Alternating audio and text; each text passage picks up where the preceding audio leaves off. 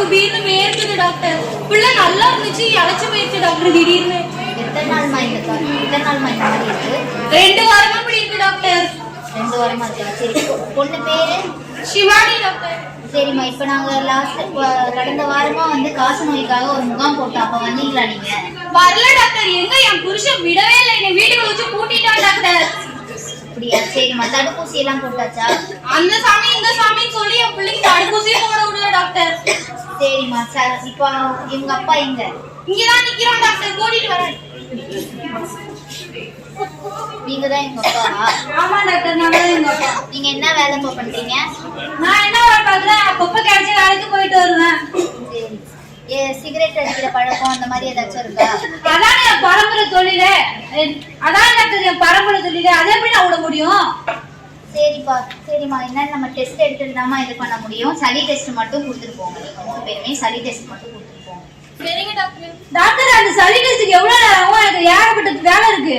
2 நிமிஷம் கூட ஆகாதுமா, அங்கதான் எடுக்கிறாங்க, கொடுத்துட்டு போங்க. 2 நிமிஷம் தானே ஆகும், அதுக்கு மேல ஆகாதுல்ல? ஆகாது. சரிங்க. இதை மட்டும் கொடுத்துட்டு போங்க. நான் வந்து லெபார்டரிக்கு அனுப்பிட்டு உங்களுக்கு அடுத்த வாரம் நான் டெஸ்ட் வந்து கொடுத்துட்றேன். உங்களுக்கு ஒரு சின்னதா அதை சுத்தி நான் வந்து ஒரு ரவுண்ட போட்டு வைப்பேன். அதுல இருந்து உங்களுக்கு ஏதாவது வீங்கி இருந்துச்சுன்னா அதை வந்து எங்கிட்ட சொல்லுங்க, சரிங்களா?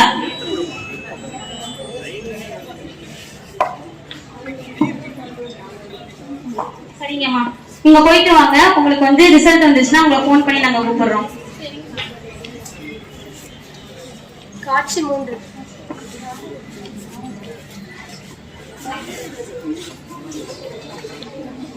டாக்டர், ஸ்னேகா குடும்பத்தோட லெபார்டரி டெஸ்ட் வந்துச்சு டாக்டர். சரி, நம்ம உங்களுக்கு ஃபோன் பண்ணி என்னன்னு சொல்லுங்க. Okay doctor. Drink drink. Hello sister, சொல்லுங்க சிஸ்டர். ஹலோ, மாரிமுத்து குடும்பமாமா? ஆமா சிஸ்டர். இது மாதிரி இங்க போன தடவை சளி டெஸ்ட் வந்து கொடுத்துட்டு போனீங்கல்ல, அதோட ரிப்போர்ட் வந்துருச்சு. கொஞ்சம் வந்து வாங்கிட்டு போறீங்களா? இன்னும் வந்துடுறேன் சிஸ்டர். சரிங்கம்மா, வச்சுதம்மா.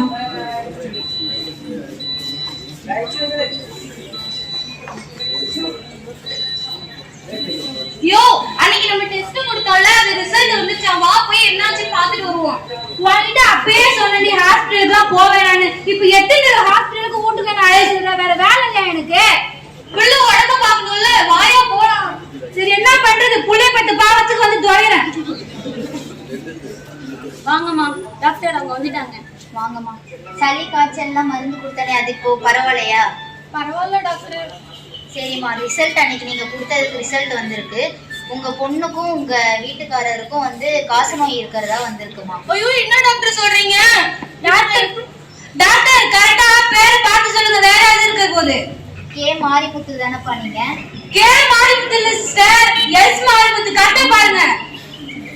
ஆமாம்மா, எஸ் மாரிமுத்து தான் இருக்கு. சரிங்க doctor. S Marimuthu, M Shivani தானம்மா? இவங்க 2 பேருக்கு காச நோய் இருக்கிறதா வந்திருக்குமா? உங்க கணவர் வந்து 40 வருஷமா சிகரெட் அடிச்சதுனாலயோ என்னவோ, அப்புறமேட்டு இவங்களுக்கு நீங்க தடுப்பூசியும் போடாததுனால நோய் எதிர்ப்பு சக்தியும் இல்லம்மா. அதனால காச நோய் உங்களுக்கு வந்திருக்கு. நான் சொன்னா கேக்குறியா? உனக்கு தான் வயசாயிடுச்சு. என் பிள்ளை வளர்ற பிள்ளை இப்படி பண்ணி வச்சிருக்கீங்க. அம்மா, நீங்க இந்த கத்தாதீங்க, கவலைப்படாதீங்கம்மா. இதுக்கு நிறைய சிகிச்சை எல்லாம் இருக்கு. அந்த சிகிச்சையை நீங்க வந்து தொடர்ந்து எடுத்துட்டு வந்துட்டு இருந்தீங்கன்னா இதை வந்து கொஞ்சம் கண்ட்ரோலா வச்சுக்கலாமா?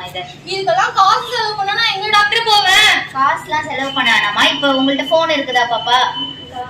அந்த போன்ல நிக்ஷைன்னு ஒரு ஆப் இருக்குதுமா. அதுல வந்து இப்ப நீங்க ரிஜிஸ்டர் பண்ணிட்டீங்கன்னா நீங்க எப்பெல்லாம் டேப்லெட் மாத்திரை எடுத்துக்கணும், நீங்க என்னென்ன மாதிரி எல்லாம் உணவு எடுத்துக்கணும் அப்படின்றத அதுல மெசேஜ் மாதிரி வரும். அதை நீங்க பார்த்து அதுக்கு ஏத்த மாதிரி நீங்க உணவும் மாத்திரையும் எடுத்துக்கோங்க. எடுத்துக்கிட்டு நம்ம சரி பண்ணுவோம். சரிங்க டாக்டர். சிஸ்டர் இன்னும் கொஞ்சம் அதை பத்தி சொல்லுவோம். சரிங்கம்மா, நீங்க காசு செலவாகணும்னா ரொம்ப பயப்பட வேணாம்.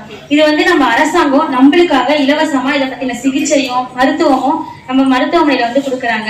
நீங்க வந்து காசு இதாயிடுமோ இல்லைன்னா மத்தவங்க ஏதாவது நினைச்சுவாங்களா, நம்மளோட பொண்ணு நம்மளோட வீட்டுக்காரன்னு சொல்லிட்டு நீங்க நேரா போய் இந்த நோயை பத்தி நினைச்சாலாம் வேணாம். நேரா நீங்க இலவசமான மருத்துவமனைக்காக நீங்க அரசு ஆஸ்பத்திரியில போனா உங்களை நல்லாவே கவனிச்சுக்குவாங்க. அது மட்டும் இல்லாம இதுக்கு வந்து மாத்திரை வந்து டெய்லிக்கும் ஆஷா மற்றும் அங்கன்வாடி குழுவினர்கள் வந்து உங்களை வீடு தேடி வந்து உங்களுக்கு வந்து இந்த மாத்திரையை வந்து கொடுப்பாங்க. அது மட்டும் இல்லாம இப்ப நீங்க வந்துருச்சேன்னு கவலைப்படுறதை விட்டுட்டு அவங்களுக்கு வந்து இன்னும் எனர்ஜியா ஒரு புரதசத்து நிறைந்த உணவு, அப்புறம் நார்சத்து நிறைந்த உணவுகள்லாம் கொடுக்கலாம். நீங்க புரதசத்துனா இங்க பாதாம், முந்திரி, பிஸ்தா அது மாதிரி நீங்க போகாம நம்ம வீட்டுல கிடைக்கிற வேர்க்கடலை, கொண்டைக்கடலை இது மாதிரி பருப்பு வகையில நிறைய சத்து இருக்கு. டெய்லிக்கும் முட்டை, பால், மீன், காய்கறிகள், பழங்கள், கீரை வகைகள்லாம் நீங்க கொடுத்தாலே அவளுக்கு வந்து ஏத்த உணவா இருக்கும். இதுக்கப்புறம் நீங்க பீடி சிகரெட் குடிச்சதுனாலதான் உங்களோட மக வந்து பாதிப்படைஞ்சிருக்கா. நீங்க குடிக்கிறதுனால மட்டும்தான் உங்களுக்கு வந்து காசநோய் வரும்னு கிடையாது. உங்க பக்கத்துல இருக்கும்போது அவங்களும் அதே புகையதான் சுவாசிக்கிறாங்க. அதனாலதான் உங்க மகளுக்கும் வந்திருக்கு. இனிமேலாவது இந்த பீடி சிகரெட்டை வந்து நீங்க விட்டே ஆகணும். ஆமா சிஸ்டர், யார் சந்தோஷத்துக்காக அப்பவே 40 வருஷமா பீடி சிகரெட் குடிச்சு இப்ப என் குடும்பத்தை பார்க்காத விட்டு சிஸ்டர். இப்பதான் சிஸ்டர் எனக்கு எல்லாமே புரியுது. இனிமேலாச்சும் இந்த பீடி சிகரெட் எல்லாம் நான் விட்டுருவோம் சிஸ்டர். நான் திருந்திட்டேன் சிஸ்டர். ரொம்ப நன்றி, நீங்க இவ்வளவு ஈஸியா புரிஞ்சுக்குவீங்கன்னு. உங்களோட மகளோட வாழ்க்கையை நீங்க பாக்குறீங்க. இது மாதிரிதான் ஒவ்வொரு அப்பாவும் அவங்களோட மகளோட வாழ்க்கையை பார்த்தா இந்த நோயை வந்து இது பண்ணலாம்.